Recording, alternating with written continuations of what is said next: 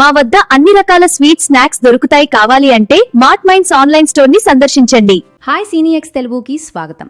ఫిబ్రవరి 13 funky cinema release అవుతుంది. Vishwaksen, ఖయాడు Lohar hero హీరోయిన్లుగా నటిస్తున్నారు. మరుసటి రోజు అంటే ఫిబ్రవరి 14న సీతాపయనం సినిమా రిలీజ్ అవుతుంది. దీనికి యాక్షన్ కింగ్ అర్జున్ దర్శకత్వం వహిస్తున్నాడు.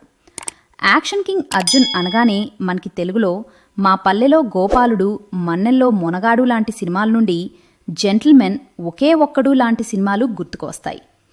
తెలుగు ప్రేక్షకులకు సుపరిచితుడు అర్జున్. అర్జున్ నటుడుగానే కాక దర్శకుడుగా కూడా 10 సినిమాలకు పైగా చేశాడు. ఇప్పుడు కూతురు ఐశ్వర్య హీరోయిన్గా సీతాపయనం సినిమాని చేస్తున్నాడు. మొదట్లో ఈ సినిమాకి హీరో విశ్వక్సేనే కానీ విశ్వక్సేన్కి అర్జున్కి స్క్రిప్ట్ విషయంలో క్రియేటివ్ డిఫరెన్సెస్ రావడంతో విశ్వక్సేన్ ఈ సినిమా నుండి తప్పుకున్నాడు. అప్పుడు విశ్వక్ బిహేవియర్ మీద అర్జున్ ఛాంబర్లో కంప్లైంట్ కూడా ఇచ్చాడు. ఇద్దరి మధ్య డిఫరెన్సెస్ అలానే కొనసాగాయి. ఇప్పుడు ఒకేసారి ఈ 2 సినిమాలు రావడం విశేషం.